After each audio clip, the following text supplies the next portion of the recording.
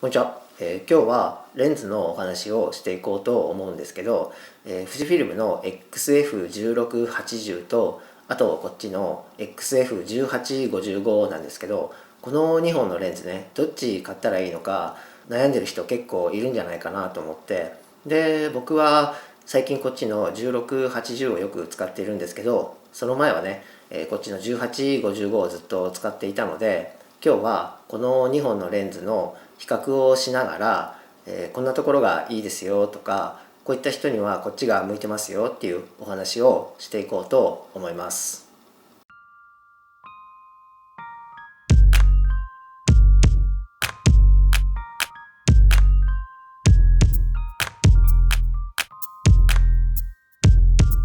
はい、では基本的な性能を簡単に比較していこうと思うんですけど、まずこっちの1855の方は開放が 2.8 から4の可変タイプのレンズになっていて、でこっちのね1680の方は開放が4のレンズになっています。で大きさも全然違っていて、1855の方はねこうレンズ口径が 58mm でかなりコンパクトな作りになっていて、とっても軽いレンズになっています。でこっちのね1680の方はレンズ口径がね 72mm あって、比較的ね大きめの作りになっていて、結構ね重さもそこそこあるこうしっかりしたレンズになっています。で両方ともね手ブレ補正機能がついているので、どちらも動画撮影に関しては向いているレンズになっています。で唯一ねちょっと違うところがあって、絞りリングが機械式か電子式かなんですけど、こっちのね1680の方は開放の4から22までこう普通にこう回るくるくるって回る、いわゆる普通の絞りリングなんですけど、1855の方はね電子式になっていて、こうなんていうんですかね、こうくるくるくるくる永遠に回せるタイプの絞りリングになっています。でこれに関してはこう使う人の好みによるので、どっちがいいとか悪いとかそういうことではないと思うので、ちなみに僕はこう絞りが電子式でも機械式でもそんなのどっちでもいいやっていう思っているタイプです。であと値段を簡単に比較しておきたいんですけど、こっちのね1855の方がねだいたい6万円切るぐらいの値段になっていて、でこっちのね1680の方は9万円しないぐらいの値段になっていて、だいたい3万円ぐらいの値段の差があるんですけど、この3万円の値段の差については、最後の方に、まとめてお話ししていこうと思います。はい、以上がね、ざっくりなんですけど基本的な性能とあと値段の比較でした。であまりねスペックだけをここで比較してもあまり意味がないんじゃないかなって思うので、実際にね、写真を撮ってきたので、写真を見ながら画質の比較をしていこうと思います。はい、では画質の比較なんですけど、このレンズはズームレンズなので、一番ワイドで撮った写真、あと一番望遠側で撮った写真で、最後にね、中間域の同じ画角で撮った写真、この3枚の写真をねそれぞれ比べていこうと思います。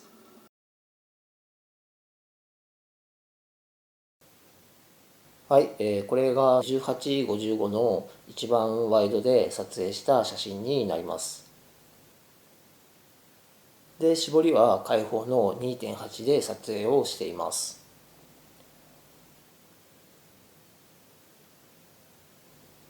でこっちが1680の一番ワイドの 16mm で撮った写真になります。でこっちもね、絞りは開放の4で撮影をしています。で2枚並べるとこんな感じなんですけど、画角以外はね見え方としてはほぼほぼ同じ印象ではあるんですけど、このサイズだとね解像度とかはちょっと分かりづらいので、ここのねビルのところにフォーカスを合わせて撮影したので、この部分をねピクセル等倍で表示してみようと思います。はい、これがピクセル等倍で表示した画像なんですけど、左が1855で右側が1680の写真になります。でこうやってね等倍表示で見るとこのワイド側の画角だとどちらもこう同じぐらいこうシャープに映ってる印象なんですけど、若干ではあるんですけど1680の方がねよりこうシャープに映っているのかなっていう印象でした。あと、コントラストが、1680の方は、やや強いかなという印象でした。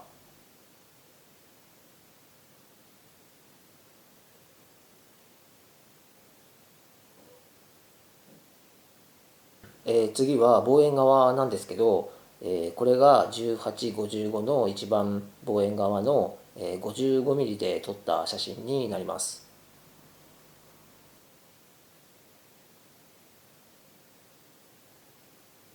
でこっちが1680の一番望遠側の 80mm で撮った写真になります。でどちらもね、絞りは開放の4で撮影をしています。で2枚並べるとこんな感じで、ちょっとね、画角が違いすぎるのでちょっと分かりづらいかもしれないんですけど、ほぼほぼ見え方としては同じなんですけど、これもね、この部分にフォーカスを合わせていたので、この部分をピクセル等倍で比べてみようと思います。はい、これがピクセル等倍表示した画像なんですけど、ちょっとね、画角が違うので比べづらいところではあるんですけど、やっぱりね、望遠側でも1680の方がよりこうシャープに映ってる印象でした。でこの動画スマートフォンで見てる人がほとんどだと思うんですけど、スマートフォンの画面の大きさだと違いが分かりづらいと思うので、もしね、大きいモニターで見れる環境がある人はね、是非ねそっちの方で見てもらえるとより違いが分かると思います。で次にね、分かりやすいように同じ焦点距離で同じ画角で撮ってきたので、そちらの写真で比較をしてみようと思います。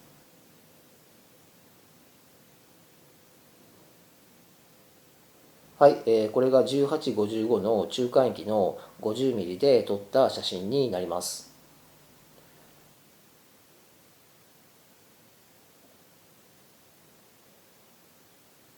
でこっちがね1680の 50mm で撮影をした写真になります。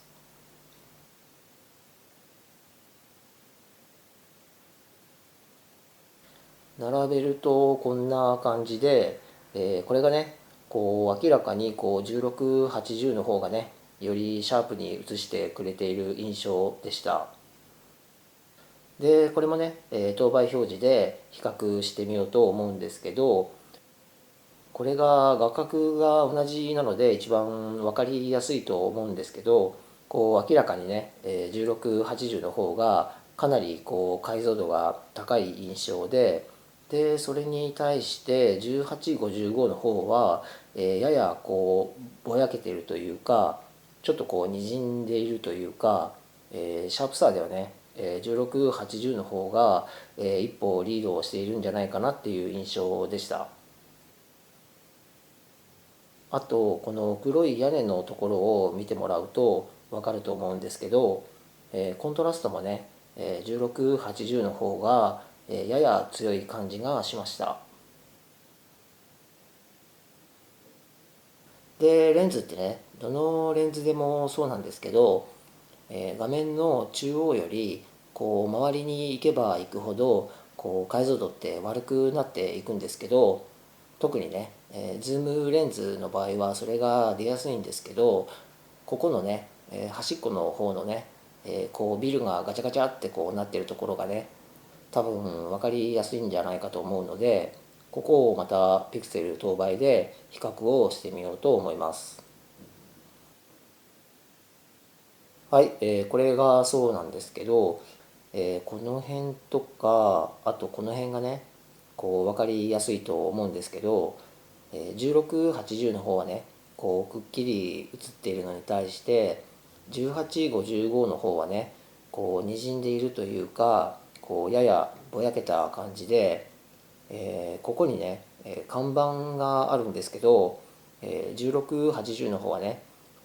何が書いてるか読めるんですけど、1855の方はね何か書いてあるのは分かるんですけど、字が読めるところまではいかない感じで、やっぱりね、1680はねかなり画質がねシャープな印象でした。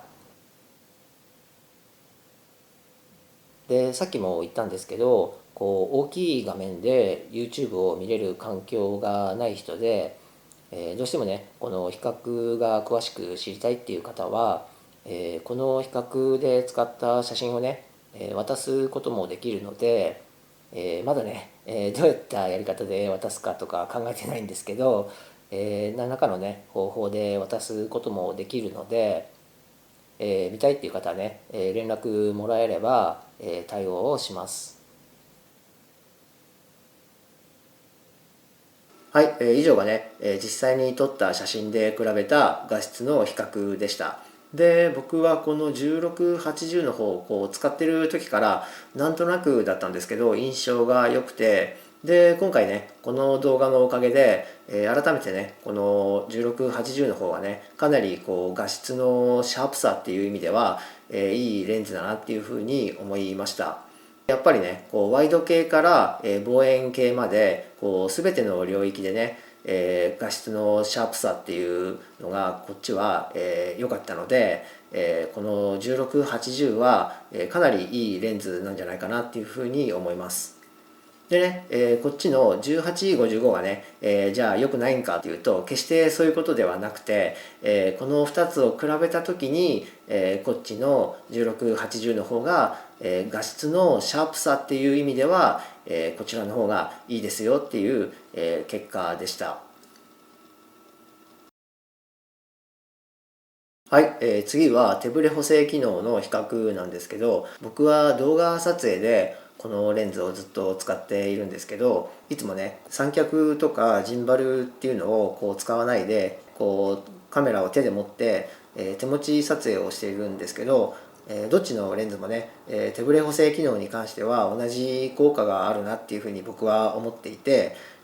どちらもね、同じぐらいにねかなり効果的に機能をしてくれているので、ここに関しては、差がないんじゃないかなっていうふうに思っています。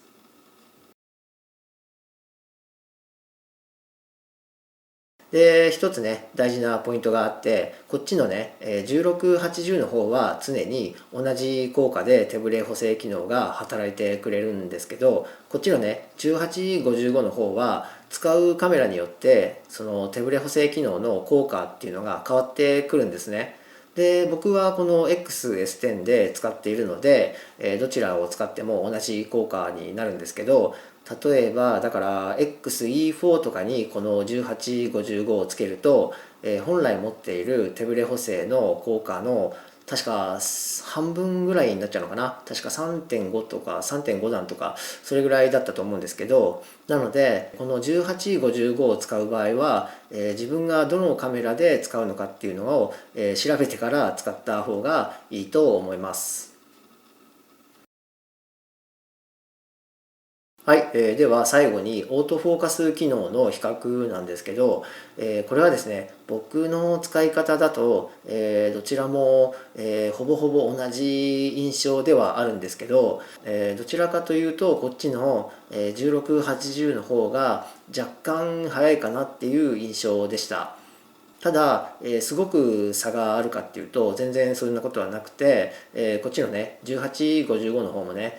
十分ね、オートフォーカスは、反応してくれるので、ほぼほぼ同じではあるんですけど、どちらかというとこっちの1680の方が、やや、反応が早いかなっていう印象でした。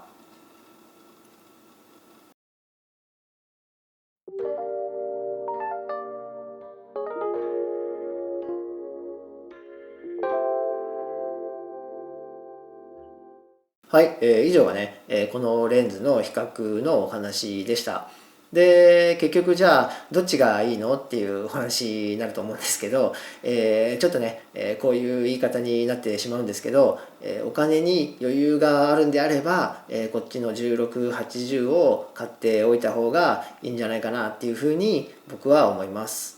で、なんでかっていうと、結局このレンズとこっちのレンズの値段の差がだいたい3万円しないくらいなんですけど、結局ね、こっちの18から 55mm の領域をもうこっちは全部カバーできているし、で望遠側もね80まで使えるので、さっき見てもらったように画質っていう意味でもこっちの方がよりこうシャープに映るので、3万円の差でそれが手に入るっていうんであれば、もう最初からこっちのね1680を買っておいた方がいいんじゃないかなっていうふうに僕は思います。じゃあこっちの1855はどうなのっていうお話なんですけど、これはこれでね、僕はすごくいいレンズだと思っていて、で何がいいかっていうと、これやっぱりねめちゃくちゃね使いやすいんですよね。すごくねこう軽くできているので、操作性っていう意味でこっちはねすごく使いやすいので、僕はこっちはこっちで、全然ありなんじゃないかなっていうふうに思っていて、で実際ね、僕はこっちのね1680を使ってると結構ねやっぱりこう腕がね疲れるんですよね。こっちは重たいので。でこっちはねもう全然そういうことはなくて、一日中撮影していても、全然こう腕が疲れるとかそういうことはないので、操作性っていう意味でね、こっちはかなり使いやすいレンズなので、これはこれでいいんじゃないかなっていうふうに僕は思っています。あと画質の比較で、シャープさっていう意味では、こっちのね1680の方が良かったんですけど、こっちのね1855は絵のね雰囲気というか、写りというかかなりね印象がいいんですね。まあこれちょっと明るさなのかコントラストなのか色の出方なのかちょっと何が原因なのかっていうのはちょっと僕わからないんですけど、こっちの1855で撮った、写真もそうだし、映像もそうなんですけど、こっちの方がこう絵の雰囲気がすごく良くて、なんだろうな、こう透明感というかこう空気感というかこうふわっとこうした印象で、僕はねこの1855で撮る、写真とか映像っていうのはすごくいいなと思っているので、画質のシャープさっていう意味ではちょっとこっちには、劣っちゃうんですけど、絵の雰囲気っていう意味ではこっちの1855の方が僕は個人的には好きなので、かなり、僕は気に入って未だに使っているんですけど、この1855も、かなりいいレンズだと僕は思っているので、操作性とか、絵の写りとかそういったことをね、重要視したいなっていう方はねこっちのね1855でもね僕は全然ありなんじゃないかなっていうふうに思っています。はい、以上はね、この XF1680 とあとこっちのね、XF1855 の比較のお話でした。でこれからねこのレンズねどっち買おうかなって思ってる方はね、ちょっとでもねこう参考になったらいいかなっていうふうに思っています。では、今日は以上で終わろうと思います。ありがとうございました。バイバイ。